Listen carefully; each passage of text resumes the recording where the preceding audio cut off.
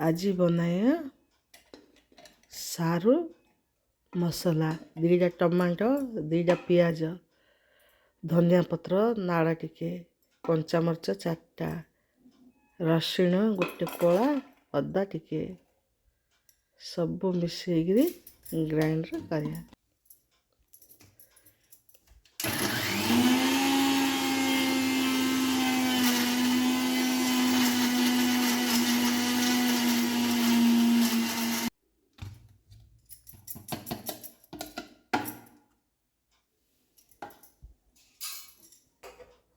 Gas जलई कड़े बसैबा गोटे बड़ चामच रिफाइंड सारू भाजापी ढालिबा।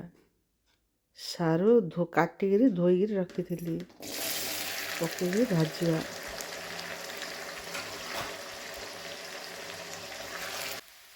टिके कलर पाई हल्दी पकेबा।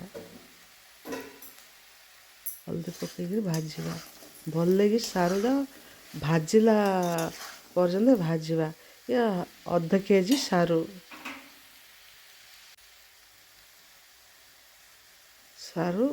भजा भी हो गला प्लेट बाहर करदेबा। तेल रे सोरिष जीरा टिके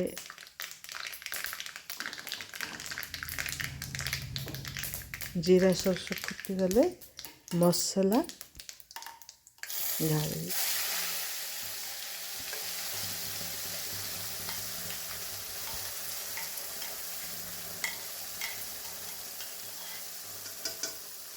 मसला को भल लगी भाजब।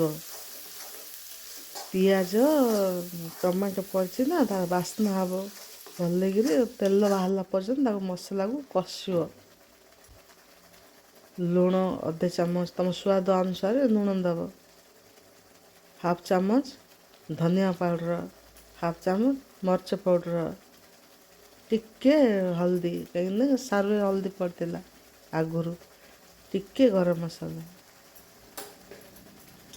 पकईकरी भल लगी भाजब। भल लगी कषिब मसलार गोटे बास्ना अच्छी से बास्नाटा गले देखे टेस्ट लगे।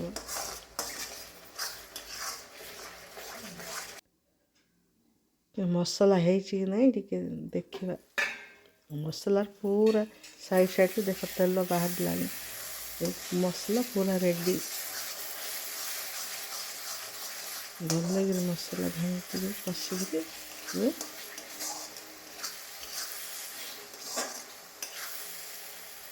मसला पूरा हो गला। सारू एवं देदे भाजिकी रखी थी सारू मसला देवा। टिके पानी देवा नहीं तो मसला पोड़ीज अल्प टे पानी देवा। भल लगी मसला और सारू कषिब।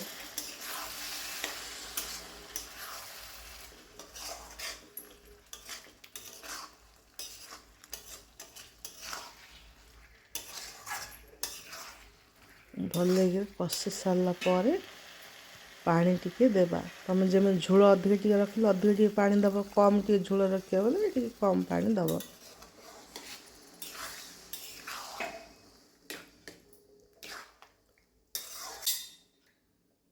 प्लेट घोड़े दबा।